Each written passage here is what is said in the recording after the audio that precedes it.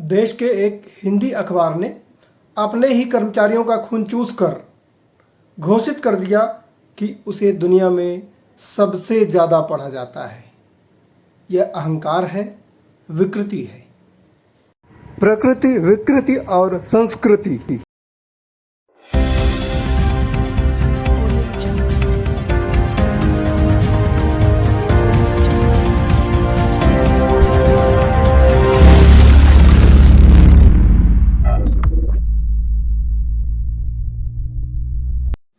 नमस्कार, स्वागत है आपका। आप देख रहे हैं इन्फो पोस्ट टीवी का खास कार्यक्रम बतकही। मैं हूं श्रीकांत सिंह, वरिष्ठ पत्रकार और मीडिया प्रोफेशनल। आज की चर्चा का विषय है प्रकृति, विकृति और संस्कृति। प्रकृति का हाल यह है कि प्रकृति विकृति का शिकार हो रही है। मौसम बदल रहा है, जबकि उसके बारे में कहा गया था कि वह सुख सुविधाओं के साधन अपने लिए नहीं, दूसरों के लिए उपलब्ध कराती है। वृक्ष कबहु नहीं फल भखे, नदी न संचय नीर, परमारथ के कारणे साधुन धरा शरीर। अर्थात वृक्ष जो है अपने फलों को नहीं खाता और नदी अपने जल का संचय नहीं करती है। नदी का पानी निरंतर बहता रहता है, निरंतर बहता रहता है। नदी अपने पानी का संचय नहीं करती, अपना पानी अपने लिए नहीं रखती। और इसी संदर्भ में कहा गया है कि दूसरे लिए जो साधु पुरुष हैं वो शरीर धारण करते हैं। तो आपको प्रकृति का एक नज़ारा दिखाते हैं कि आज 26 अप्रैल है। इस समय प्रचंड गर्मी होती है,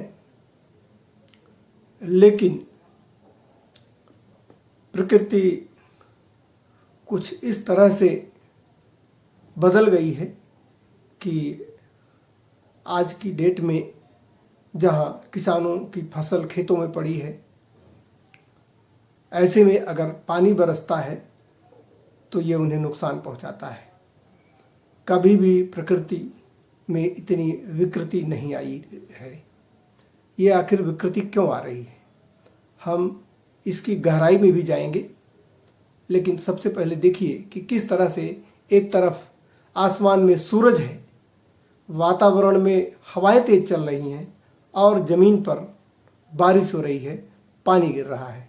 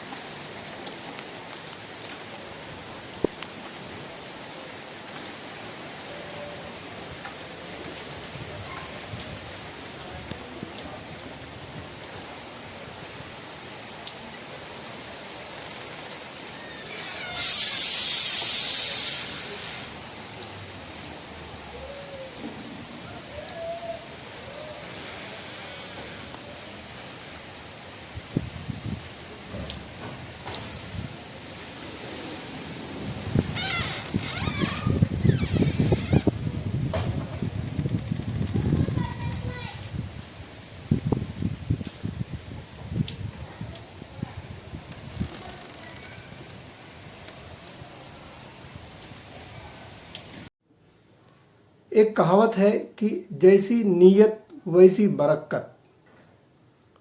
हमारे समाज के कुछ ऐसे लोग हैं जिनकी नीयत सिर्फ मुनाफाखोरी की ओर है। वो सिर्फ अपनी सोचते हैं, अपने लिए सोचते हैं। आप देख रहे हैं कि इस कोरोना संकट में पूरा देश एकजुट है, लोग एक दूसरे की मदद कर रहे हैं। लेकिन इस समाज का एक पढ़ा लिखा संभ्रांत वर्ग जो है वो विकृतियों का शिकार है। और शायद यही लगता है कि उनके इस अत्याचार से प्रकृति रूठ गई है।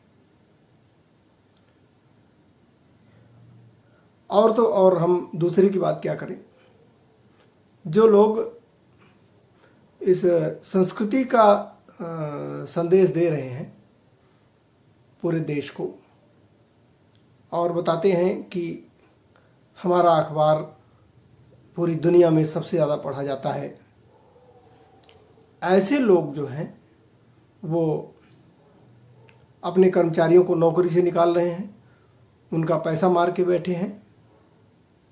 हम उनका नाम नहीं लेना चाहते क्योंकि नाम तो भगवान का ही लेना चाहिए, किसी का नाम नहीं लेना चाहिए, इसलिए हम उनका नाम नहीं लेना चाहते हैं।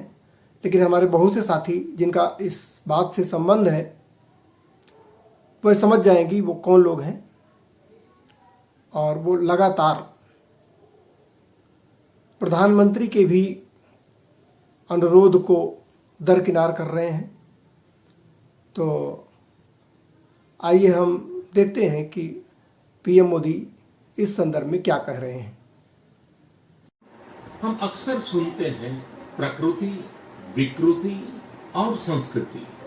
इन शब्दों को एक साथ देखें और इसके पीछे के भाव को देखें तो आपको जीवन को समझने का भी एक नया द्वार खुलता हुआ दिखेगा। अगर मानव प्रकृति की चर्चा करें तो ये मेरा है, मैं इसका उपयोग करता हूँ। इसको और इस भावना को बहुत स्वाभाविक माना जाता है, किसी को इसमें कोई ऐतराज नहीं होता।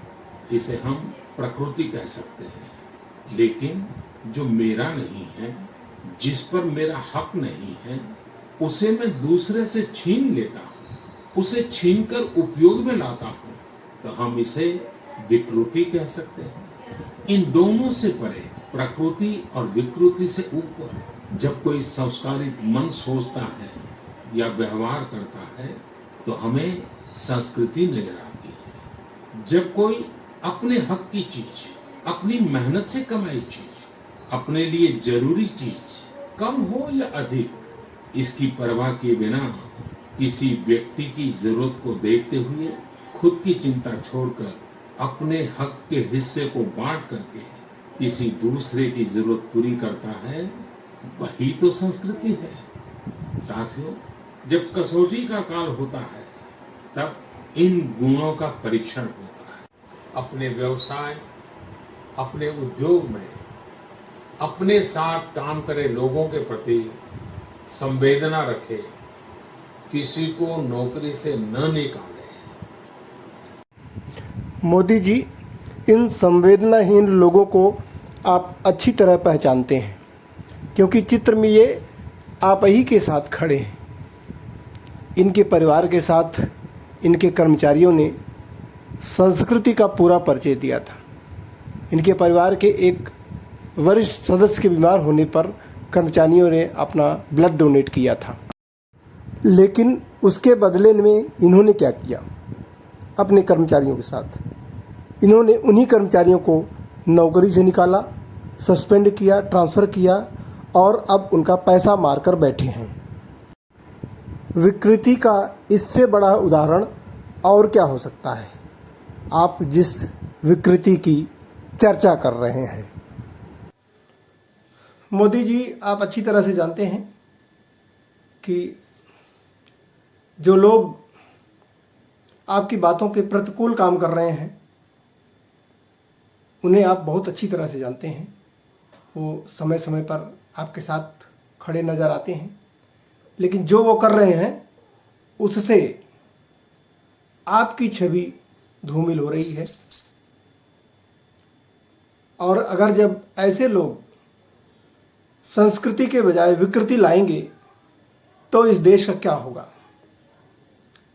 आपने कहा था कि डॉक्टरों पर हमले हो रहे हैं, पुलिस पर हमले हो रहे हैं, लेकिन इस देश का एक तबका ऐसा भी है जिसके रोजी रोजगार और उसकी रोटी पर हमला हुआ है।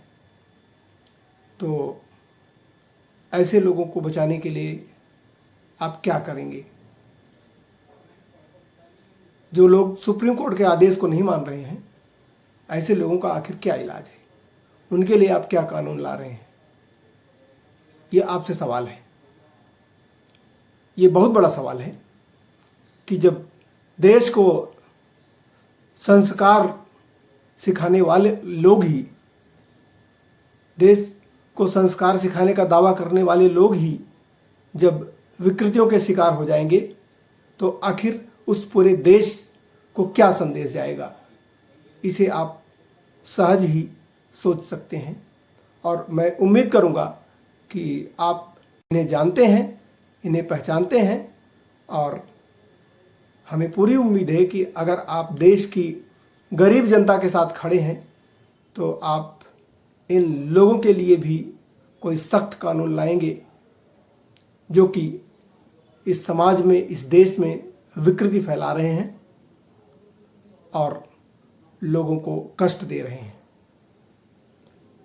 और कष्ट ही नहीं दे रहे हैं, ये कोरोना वॉरियर पर हमला कर रहे हैं। जो लोग अपने घर में लॉकडाउन में कैद हैं, जो लोग स्वेच्छा से खुद को अपने घर में कैद किए हुए हैं, अगर उन लोगों को उनके पैसे का भुगतान नहीं होगा, उनके पारिश्रमिक का भुगतान नहीं होगा, तो आखिर वो कितने दिन भूखों घर में काटेंगे?